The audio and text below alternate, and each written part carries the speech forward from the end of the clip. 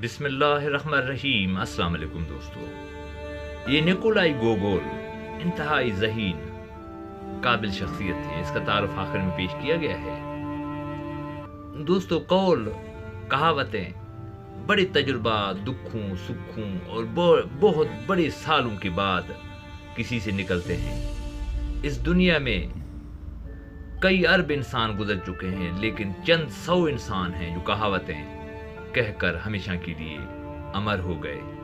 ये कहावतों को समझकर अपनी जिंदगी को आसान बनाएं।